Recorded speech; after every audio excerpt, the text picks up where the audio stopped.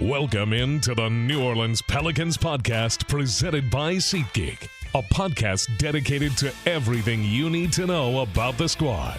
The sweet fruits of victory. The New Orleans Pelicans Podcast starts right now. Welcome to the Pelicans Podcast presented by SeatGeek. I am Joe Cardosi, joined by the indomitable Jim Eichenhofer. And Jim, I gotta say, it is, I'm gonna call it Sweet Fruits of Victory Friday, because the Pelicans won against the Trailblazers. Couldn't think of a more needed win. We hollered about it ourselves on the podcast, and we did it. And now onward, my friend. Yes, indeed. It was a great win. I mean, it kind of made me think a little bit about one of the things that I've learned from being here for quite some time is how long the season is. Yeah. I mean, you go into that game thinking they've lost 4 games in a row, things are looking really bleak, but really sometimes just one win can change the whole scope of the season. The whole outlook, the whole mood is different. Yeah.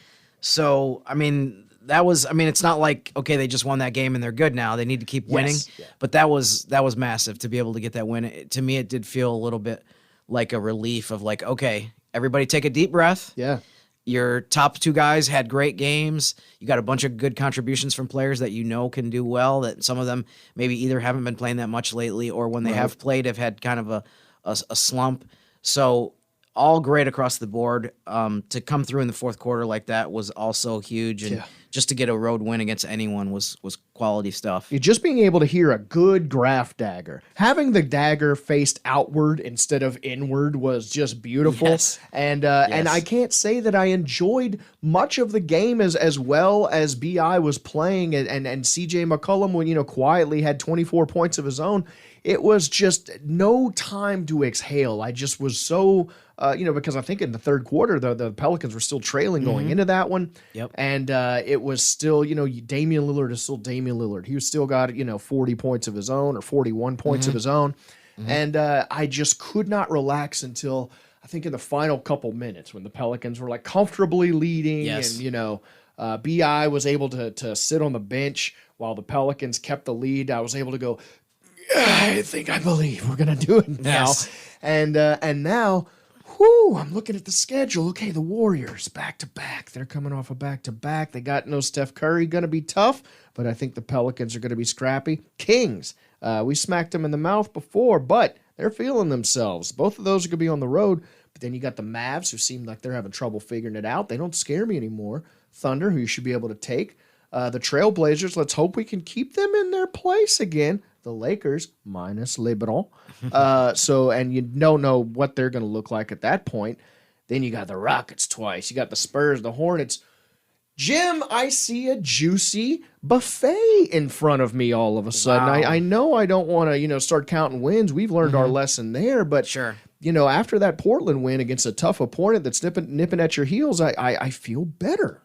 Yeah, and I'm curious to see what Golden State looks like tonight. I mean, it's so odd that this is the third time the Pelicans have played them, and this is the third time that this is the second night of a back-to-back for the Warriors. Now, early in the season, they always sat Klay Thompson in back-to-backs. They sat Draymond and a couple other guys in some of their back-to-backs, including the ones that they played here in the Smoothie King Center. That hasn't been the case lately. They have been using those guys both nights, so I'm expecting that we'll see them. But I am curious, though, to wonder if maybe that they will have a guy on their injury report that they submit this afternoon that's not going to play. We kind of have to wait. It's a 3:00 Central deadline before they submit that. Yeah, we're recording this early, so we're not oracles as much as we like to say Jim is one. So we'll see what happens. I mean, Andrew Wiggins has been out for them for a while for personal reasons as well, and he didn't play last night. So I'm assuming that he's probably still going to be sidelined. But it's interesting. I tweeted this morning. They're 11-3 at home this year when Curry doesn't play, which is so impressive to me. Yeah, that they're what's able, that like? Yeah, I mean, to be able to have that kind of record, they've been horrible on the road. I mean, there's no two ways about it. I mean, they've just been bad. Yeah. Regardless of who's been on the court, they're 2-9 when on the road when Curry doesn't play.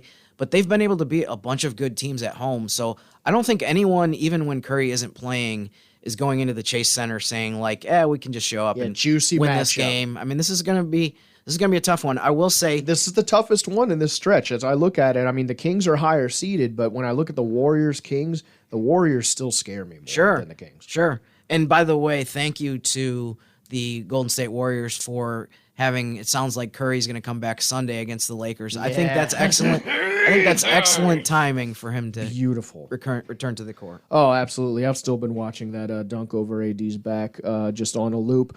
Man, it was great to see Ingram get that 40-burger, and Ingram's been just absolutely going off. His last 10 games, he's averaging, almost 30 points, 29.5 points, something like that. Yeah. And you got to hope that he's going to have it again. In Golden State. I mean, what are you looking at? You had your 5 keys that you put out earlier today. Check it out at Jim_Eichenhofer on Twitter. He's always got the good info.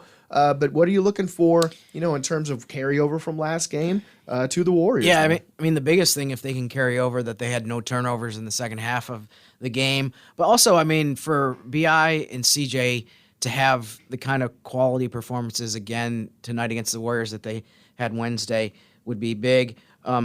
It's funny, if you look across the NBA, the scoring explosions that have been happening, over the last 10 games, BI is 7th among all players in scoring average. He's just under 30 points a game. So, I mean, that's incredible that he's still at that level. And he's actually also almost at 50, 40, 90 in terms of his field goal percentage is a little over 50. His three-point is slightly under 40, and his free throws are slightly under 90. So, I mean, the guy's not only scoring a ton, but it's not like he's taking a million shots to do it. Right. So, I mean, the guy's just been awesome over the last couple weeks. And we couldn't need it more now. Especially, you look at the Pelicans and the Trailblazers, it looks like we might have a tangled web. As long as we can keep them underfoot, you can hope that, maybe they fall off and sit there with the Lakers and whatnot. But man, they are just nipping at our heels, and we're going to play them a bunch of times coming up.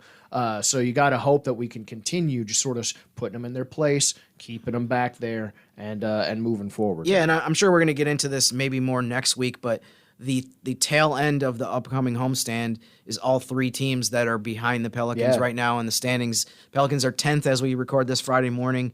11, 12, 13 is Portland, Lakers, OKC, and they play all 3 of those teams in the homestand. So, I mean, there's a bunch of opportunities to just win the game. Don't worry about the scoreboard. Right. Just beat the other team that's playing in front of you. Yes. Add a gap to the advantage that you have over them, which is exactly what the Pelicans did Wednesday by beating Portland. But as you said, so many opportunities for twofers as you look at the standings. The Jazz are sitting right ahead of the Pelicans at 9, and you never know what's going to happen there. T-Wolves at 8. You look at everyone ahead of the Pelicans, and the thing is, I called 6, or I'm going to grow the Elfrid Payton hair. Still going to do that, still growing it out, just in case. But look, Jazz, T-Wolves, Clippers, Mavs, all sitting ahead of the Pelicans, 9, 8, 7, 6. And, when I look at them and the Pelicans healthy with Zion about to be reevaluated, none of them instill fear in me. And I'm trying not to be cocky. I'm trying not to feel ourselves too much like after one win, but I still feel like the Pelicans, with the dark times behind us, when you look at the schedule ahead, I feel pretty good, man. And over this recent stretch among those teams that you listed, I mean, to be honest, none of them are playing that well. No one has really strung together a bunch of wins. If anything, among the group... Especially the Mavs. Right. Between the group of, say, between 5 and 13, I think the team that's actually playing the best right now is Golden State. They've won a few games in a row, and they're about to get Steph back. So, but yeah, among the teams that are just ahead of the Pelicans, no one has really been able to put together a 7-3 stretch over 10 games or 8-2 or something like that where they would separate. And as a result, you have all of these teams just totally bunched together within a game or so. It just seems like 1, 2, 3, 4. That's pretty cemented. But then there's just this loosening right after that where who knows, Right. So the Pelicans are in a juicy position. Hey, our guest today is Oleh Kosel of the Bird Rights. He is always just an absolute ray of sunshine, and we needed that. We booked him, to be honest, when things were a little dark. Hey, we might need Oleh. Let's get old Oleh Talk in us here. down a little bit. Yes, because we needed it. But then, hey, we won, and then all of a sudden, Oleh just fits the mood. So, man, let's get to him. Mr. Oleh Kosel of the Bird Rights. Always glad to have him on the podcast.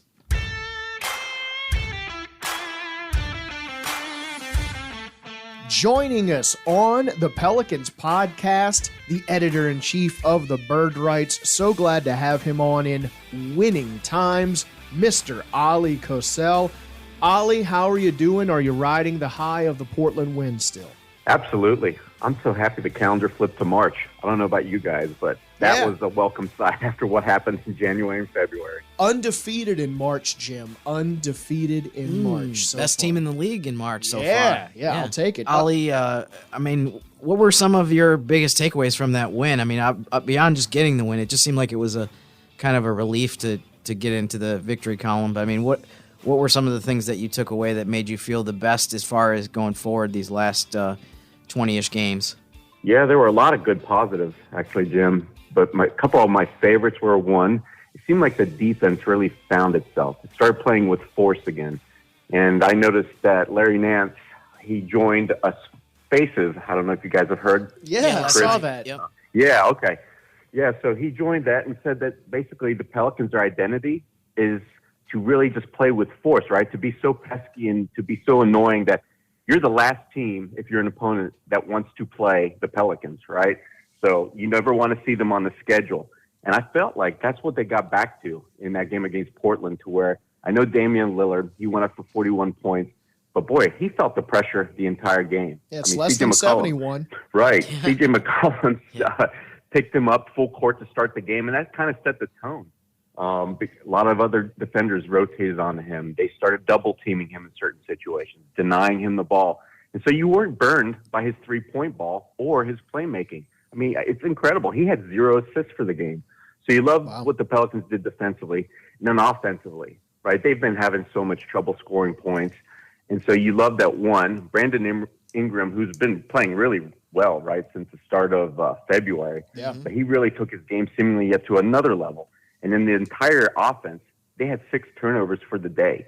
So that combined with, like I said, having your superstar really lead you, well, that was a nice recipe for success that the Pelicans often utilized last season, right? And even this season, once Brandon started missing some games and it was just really Zion left with, CJ was there as a compliment. But Pelicans play best when it's either Brandon or Zion leading them, and then CJ can fill that secondary role. So, like I said, there were so many positive guys. Loved it. And I think that maybe, you hope that it can carry over. Interesting to see some of the rotations. I know it was injuries, and like you said, it was interesting to see the Pelicans be pesky without Jose Alvarado. One of the interesting rotations that I saw was Herb at the 5. It almost seemed like the death lineup for the Pelicans, that small ball lineup, especially with Nance out, having to get creative at the 5 position. It was interesting to see. And is that something that you think, they can see some of those rotations going forward since it was encouraging? Yes, absolutely. And it's something we've been talking about or hearing anyways across the fan base, when you read other sites, that going small is the way to go. And the Pelicans kind of have the versatility to be able to pull that off. And so when Jaxson Hayes got in a little bit of foul trouble, I think he picked up his 4th foul late in the third quarter. That's when Willie Green first decided to go to that small ball lineup. I think there was about a minute and some seconds left in that third quarter. And boy, I'll tell you what, that's when really the game changed, right? It was a close game up until that point. And then the Pelicans basically from that point onwards really outscored the Trailblazers, holding them defensively while they got their points.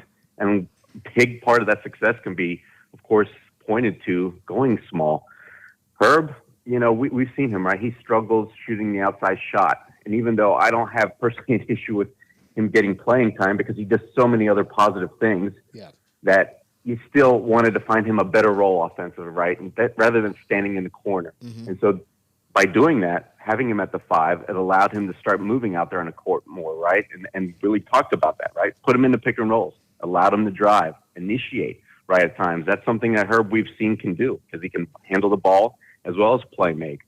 So I loved it. And I think that Larry, who's probably going to be out, seems like for at least a little bit while longer, I hope that Willie goes to this, playing small, because it certainly worked out for a team. Because you're not always going to be able to play, right? A lot of opponents with your traditional bigs, whether it's with Jonas or Billy, you've just got to match up with what you basically need to do that night. So going small, I think that offers him a really good option moving forward.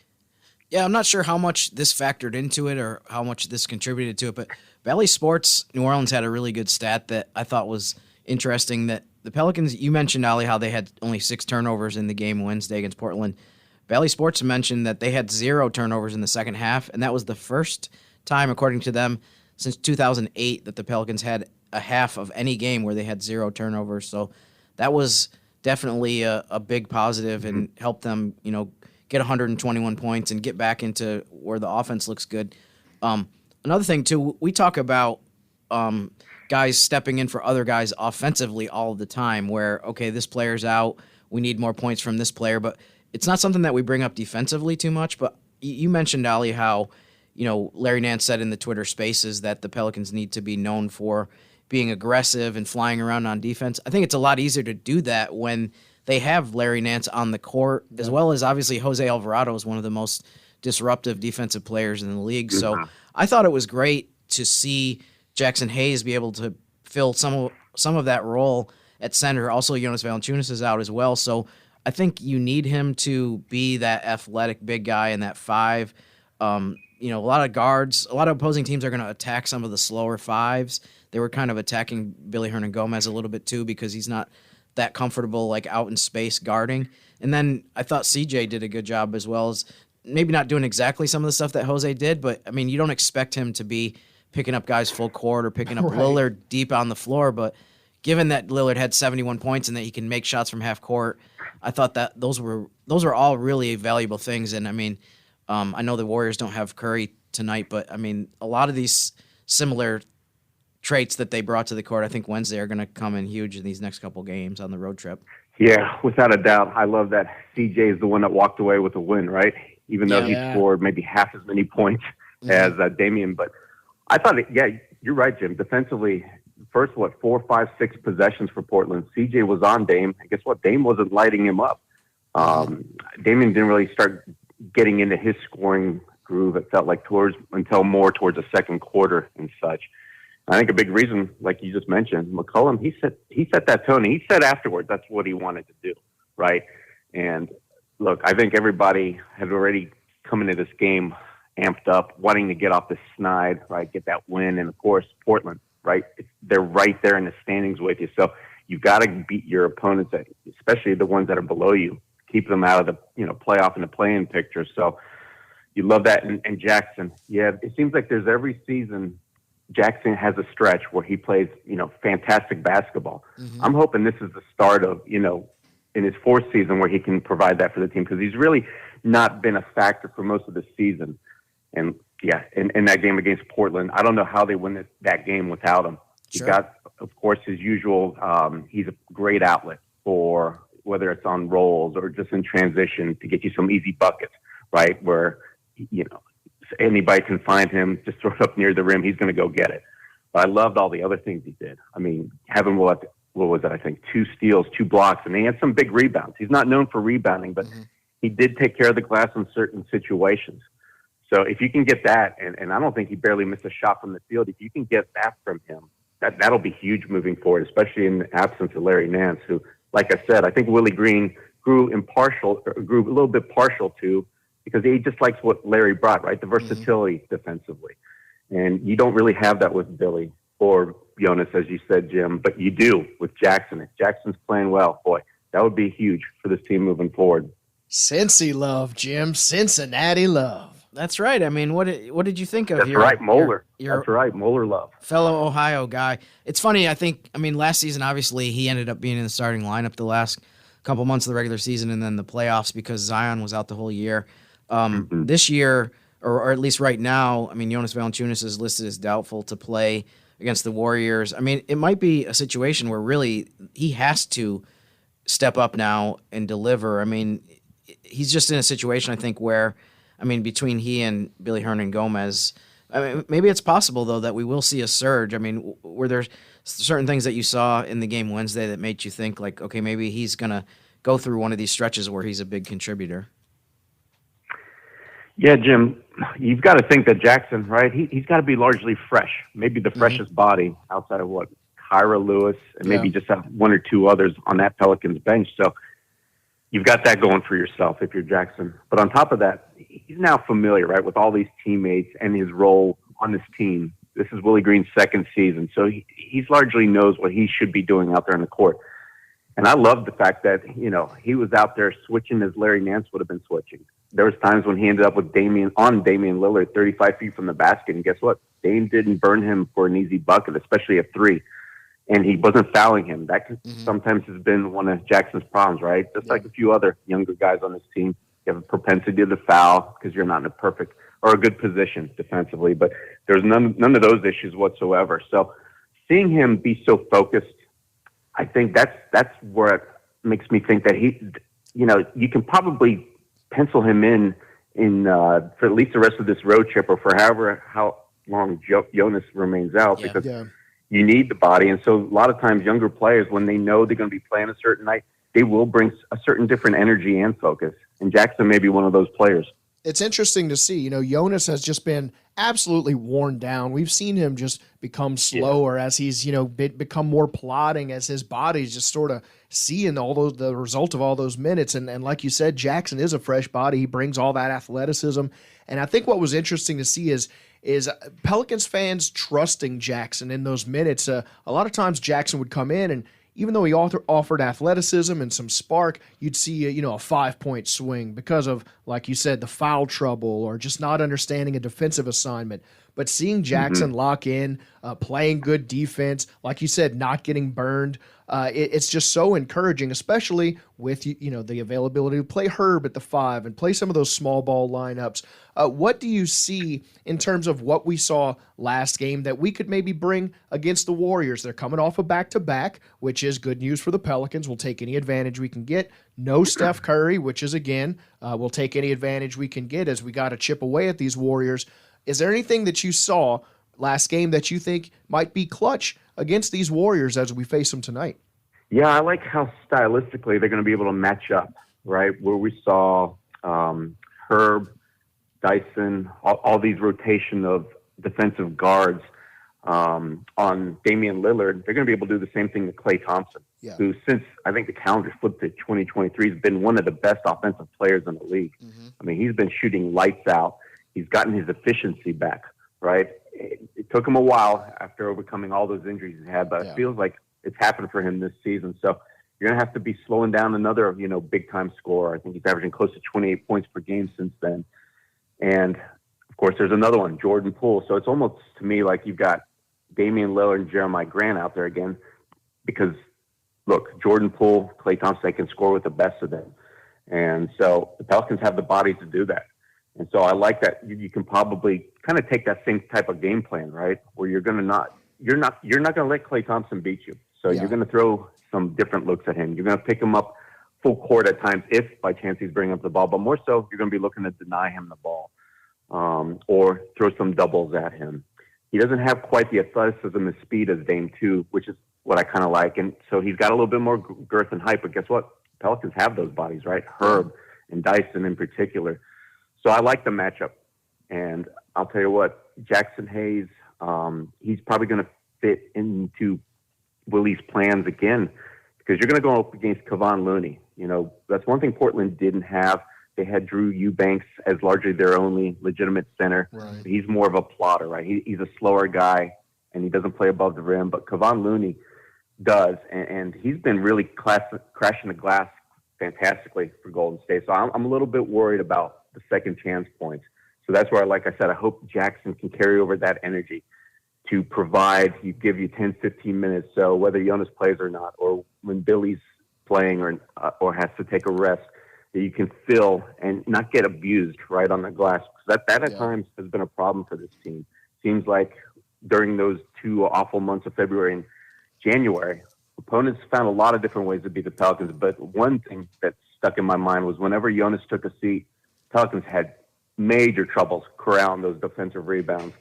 So, like I said, I think that the Pelicans now have a better idea of who's going to be on the court, and they're going to be able to utilize that small ball or with Jaxson and make sure that the glass isn't an issue because it wasn't against Portland. They had a lot of athletes on the court, and those teams usually gave Pelicans trouble right on the glass in those 2 bad months, but they didn't against Portland. So, like I said, I like how it seems to fit that what the Pelicans are doing well or did well in that Portland game, that they'll be able to do the same things against Golden State, which kind of offers a similar type of problem in terms of the two good players, right? Yeah. Clay and Jordan Poole, and just the feistiness and energy they bring by playing those small ball lineups.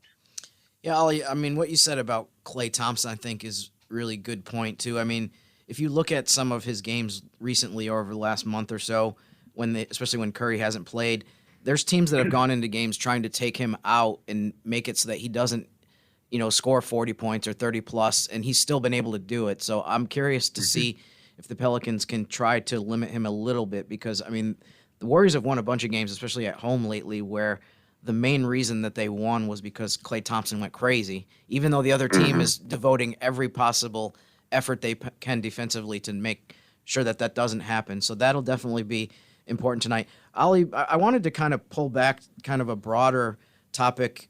Just overall, I mean, I know you've been doing this for a while, and you've been around the Pelicans fan base for a while and just seen kind of the ups and downs and that kind of thing. I was wondering, since you started doing this, what do you think are some of the biggest changes that you've seen, or the biggest, improvements, upgrades that you've seen in terms of the increase, I guess is a better way to put it, in terms of the fan base and the fan support? I mean, what are some of the biggest observations you've seen over the last bunch of years in terms of just maybe the increased popularity of the team in the city, and just kind of how much more ingrained the Pelicans have become? Yeah, there's without a doubt been an explosion of the community in terms of just sheer numbers. I think a lot of fans either became attached to or just drawn to the team simply because they fell in love with multiple players, right? It was shocking to me just how, awful the team got off to a start last season, but yet there was plenty of fans, and they seemed to be adding fans despite, the losses kept on piling up in the first, 6 to 8 weeks of the season. It's not something you see, right, where fans are talking about Jose Alvarado or what Herb Jones did, how excited they were about the future because they saw enough glimpses, but they also felt like they could relate, right, to these players, because a lot of them offer that blue-collar type of attitude when they're out there on the court, those characteristics. So I think hand in hand, that just makes for a perfect match. So really, in hindsight, it's not shocking, right, that, like I said, the fan base either grew in population or just became more enamored with the team. Because in past seasons, Jim, and you know this as well as anybody, it was hard to identify or, just really just, I don't know, become so in tune with some of these additions of the teams we saw, because either your stars were hurt, right, Anthony Davis, or they had lackluster seasons. But also the players weren't that available, right, to media. Now these guys are always interacting, right? Jose, Larry Nance with what he does all the time. That never happened in the past. And I know social media wasn't as big back then, but again, you just didn't feel a connection, right, to a lot of those players on the teams that were, typically under during the Dell Demps regime. Yeah. And so that's a big problem, right? When you're not winning, you at least have to have certain characteristics for the team to offer the fans to where they can find that attachment. But it just wasn't there. So, Jim, it's been a wonderful sight. I mean, I know there were some winning seasons, right? Chris Paul had a couple of good seasons leading the team to the playoffs. Anthony Davis had a couple as well. But it never felt like there was any staying power. Now I feel like there is. So regardless of whatever the record is, I know there's going to be throngs of fans talking about this team and supporting them. And I think that's just going to continue. You couldn't have said it any better, Ollie, because that's the thing. You got the sense a lot of times, even when the Pelicans were winning, that a lot of these players were just rentals. They weren't bought in, and New Orleanians specifically are very sensitive to that. If you don't want to be here, scram. And when they weren't available to the media, when their attitude wasn't, very positive towards the city, we felt that. And when you look at the Pelicans players now, they enjoy being here. They enjoy, interacting with the fans. Larry Nance hopping on a Spaces on Twitter is crazy. The memes after the game, meeting these guys, it's interesting. They're not, you don't want to say jocks, but these are cool, funny, interesting guys who are fun to root for. Trey Murphy is hilarious. B.I. is in his own quiet way. Zion is such a nice guy. There's not a man on the team that you want to root against. So no matter what their record, it just makes it so fun to watch. No matter what they're doing, I just think it's easy for New Orleanians specifically to look at them and be like, okay, they want to be here. I want them to be here. It just seems to go both ways. Yeah, I love that, Joe. I should have included that myself, but you're absolutely right. And further to your point, you just can see how much these players not only support one another, but just love each other, love spending time with one another. I mean, there's been a lot of post-game interviews done to where there's been two of them on the podium, and they can't stop either laughing or just, interacting with one another, even though we're lobbing questions at them. Yeah. They're always, like I said, together having fun, and we've heard plenty of stories about what they've done, whether, certain guys taking out others for dinners, to go in the movies, to basically spending time all together. I won't forget when Billy Hernangomez told us last season, he couldn't even find, an hour or two of being away from the guys for his own personal time, because even if they were in the same room, they were always asking, all right, where are you? It's time to play some video games, right? So they've always been so connected these last 2 years. That's another thing I think that fans are drawn to, right? This team loves to play with each other, with one another. And I think that just, has to lure you in even more, right? It's not just a job for these guys. They're not just showing up. They're not, seeming so impersonal, right? That's the vibe I used to get from some of the locker rooms in the past. It was just very tough to connect emotionally with the players, right? Because they weren't connected amongst themselves. But that's completely different. It's done a 180. It's funny to me if you look back at, say, the era 5 to 7 years ago, how many players, and this is not, to be clear, this is a lot of them, it's not their fault whatsoever, but how many guys just kind of passed through for a year or two, and this was like a bridge to wherever they were going next in their career. I think Julius Randle's a really good example of that, where he was here for 1 year.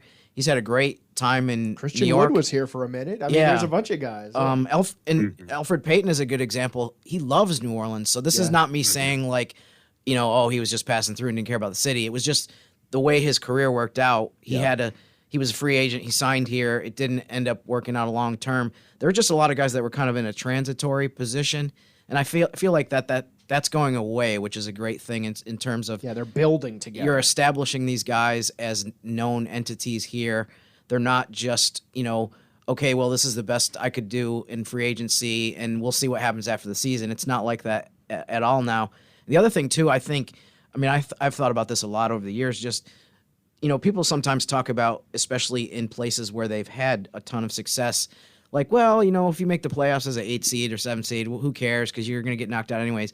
I don't see it that way at all here, because I think the consistency of making the playoffs year after year, they're learning how to win. It's worth its weight in gold too, for the players and the roster themselves, but also just the fan base. There were so many years where there was a missed opportunity by not being in the playoffs. Even if it had been a year, in 2015, they made the playoffs, they got swept. It was brief, but that week makes a huge difference. Yeah. If all of that extra exposure and all that time for people to get excited about the team, there's nothing I can do about it now. There's nothing any of us can do about it now, but I just feel like when you go back and look at it, there were so many things on the table that were missed as far as just not being in the playoffs, and the season's over when the regular season ends. So I think that's another reason why, making the playoffs this year is important and something that they can hugely build on to a big extent.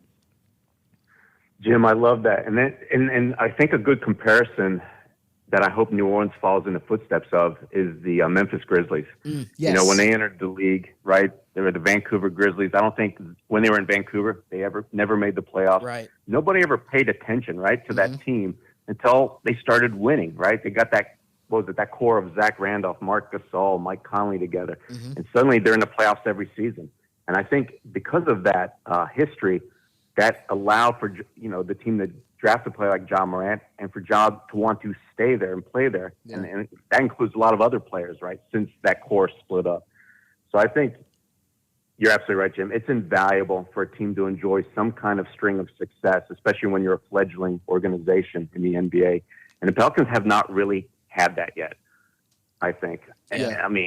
Yeah, right, guys? I'm trying to think of the longest stretch of where they made the playoffs in consecutive years. What was it, just 2 or 3, I think right? It was 10, no.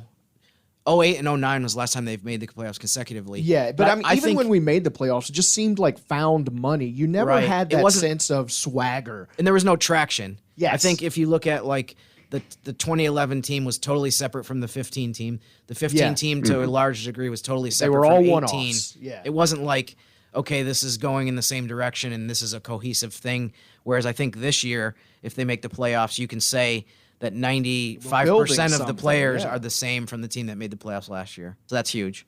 Yeah, and the other thing we've got to point to, right, is just having homegrown talent. Yes. That was the biggest knock I can remember, and I myself didn't really enjoy it, was the fact that you're always trading away all your draft picks or not really taking enough chances on the really young guys. Yeah, for higher right? guys. Or maybe just missing, right? I mean, they did, of course, draft a few. A lot of them didn't work out. But you've got to have some young guys that you bring in that, like I said, it seems like a lot of successful franchises, especially the smaller markets, they do go that route.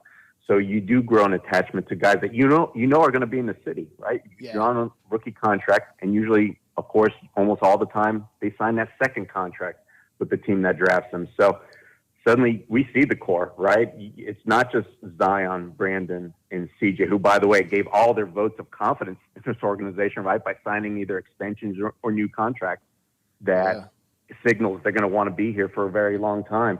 But also, like I said, getting that homegrown talent. I mean, now it's awesome just to hear Jose all the time talking about how he doesn't see his career in any other uniform than in the Pelicans uniform. I don't remember players ever talking like that in the past. Absolutely, and it's just so inviting to see, when a player like Josh Richardson, who is the one anomaly outside of, players that are sort of here and together in the offseason, he just seemed to fit in right away because they are so welcoming. And it is such a vibe of, hey, come join us. We are a squad together. It's just so great to see fans walking into the Smoothie King Center with a sense of swagger. They're holding their Zion jerseys up and, shaking them at me and stuff. Whereas before, even in the playoff years, we were sort of happy to be there. It seemed like people were just there to see a show. And now you see fans expecting to win. And that, to me, is fun to see, especially the young fans coming in. And let's hope we can keep it going, Ollie. I mean, we got a tough stretch here, but then you hope we can make some hay. And, we gotta hope that the Pelicans can make that push down the stretch here. Only 19 games left, man. Let's go. Yeah, you're not kidding. I'm just so happy that they grabbed that first win on this 3-game road trip up in Portland. Like I said, if you're going to pick one team that you're going to just get that one win, it was against Portland. But now you feel like maybe you can build some momentum, right? Warriors are going to be tough. Jim already mentioned, Golden State's one of the best home teams out there in the association. And right now they're playing pretty darn well, despite the fact they don't have Steph. Yeah. I mean, here's a stat I just heard the other day. Golden State is 20-18 with Steph. They're 13-12 without him. So that just goes to show you can't really, rest on your laurels just because Steph isn't playing. There's a really good team there, even though, they're not playing that championship style of caliber of ball from game to game, not like last season, but they can beat any team on any given night. And then, of course, the Kings. There's not a better story, I think, than Light the Beam crowd, right, in Sacramento. Yeah. They've wallowed, in just miserable seasons, it seems like, right, for eternity. It's been 16 years, right, since they made the playoffs. Right. And this season, it almost seems like a lock, right? They're sitting in third place in the West. They're feeling themselves, Yeah, and I love it. So those are going to be two difficult matchups. But if you could just get maybe steal one there, then all of a sudden the schedule looks great, guys. Mm-hmm. All of a sudden you've got, 4 games at home. Thunder, and then after that, you've got 2 games in Houston. So you've got opportunities to suddenly stack together a whole bunch of wins if the Pelicans indeed have turned some kind of corner in Portland. Yep, and let's hope. I mean, I think the Pelicans, if anything learned, there are no wins on paper anymore. After those losses to the Magic, etc., they learned, especially shorthanded. They got to come out swinging, and you got to hope it continues. Ollie, thanks so much for hopping on the podcast. We needed some sunshine in what were dark times. That win helped, but, man, you helped as well, and always glad to have you on the pod, man. Oh, absolutely. Thanks, guys, for having me on.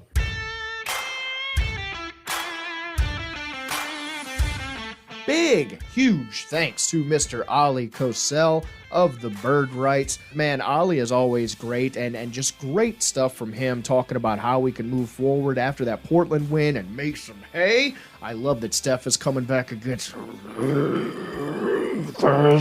because, man, the West is getting interesting, and it's going to be a lot of interesting matchups that we keep our eye on here. For sure, and I think Friday night is a good example of how we've talked a little bit about how there's so many teams in this group that inevitably some of them are going to play each other, which means that someone has to lose. So, I mean, if the Pelicans can put together some wins, they're going to automatically gain ground on someone. This is a good Friday night. Minnesota plays at the Lakers. That's a huge game. Yeah. Friday and Sunday in a 2-game series, baseball style, Utah is at Oklahoma City. So there's another example of you either are going to, possibly move ahead of Utah, who's slightly in front of you in the standings, or just add more ground between you and OKC. I think the Thunder, by the way, on a side, they have to be a little bit concerned that if they keep losing like this, that they're going to be out of the race. And we'll be talking about 12 teams for 10 spots instead of 13. But either way, a lot of games that are going to be interesting to pay attention to this weekend. Another game tonight, too, Clippers at Sacramento. Just from the standpoint of the Clippers need to win. Yeah. They've lost a bunch of games in a row now. Yeah, who still believes in the Clippers as a real force right now? And it's not like they've played terrible, but they've just found a way in a lot of cases to lose the game. Last night they got smoked in the second half. Besides that, they've lost a couple close games. But I wouldn't want to, at this point, I wouldn't want to be in a position of like, we've lost a bunch of games in a row, we really need to win, and now we're going to Sacramento to play them. So I'm curious to see, how that goes. And then Golden State, Lakers, we alluded to this a little bit Sunday. That should be a really fun game to watch like a raccoon, about that one. Yeah. It's just so many scenarios, so many gymnarios. I'm going to keep trying to shoehorn that in. It doesn't quite fit, but I'm going to do it. We'll work on that. Yeah. Man, tonight's going to be an interesting one. 8:30 pregame, 9 p.m. tip. Get caffeinated, stay up late. You just got to hope the Pelicans can, as Ollie alluded to, you look at this stretch, Warriors, Kings, Mavs. Okay, that's pretty tough. You got to hope you can win one, maybe two of those.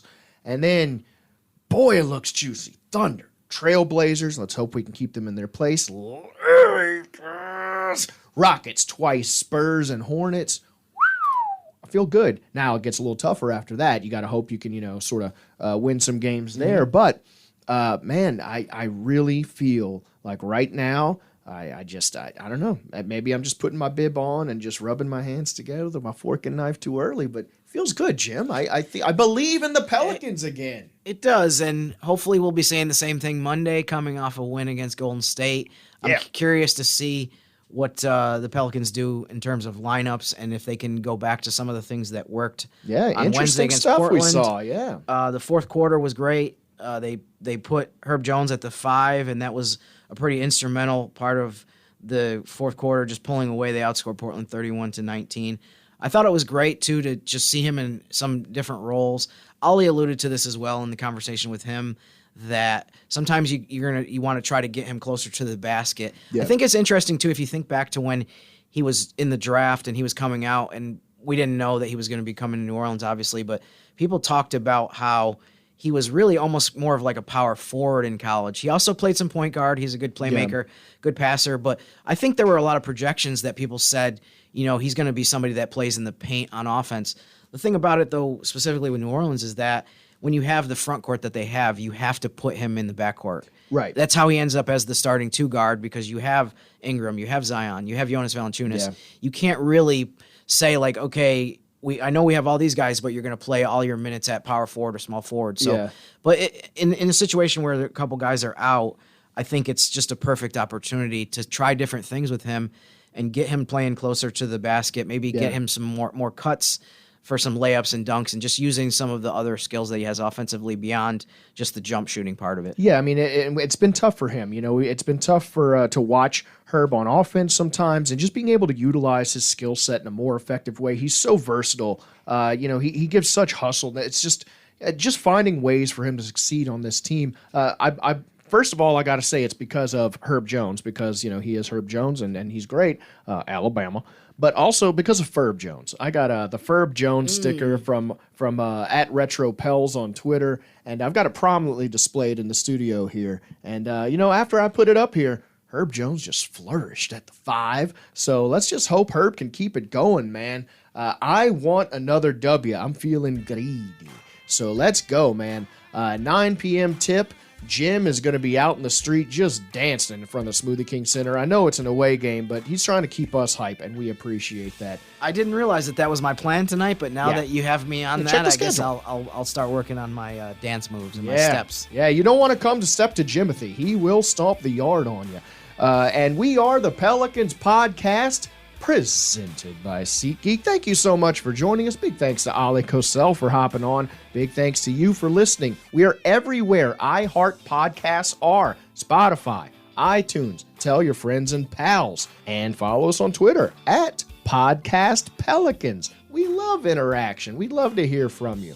We will talk to you once again on Monday, hopefully talking about another W. And until then...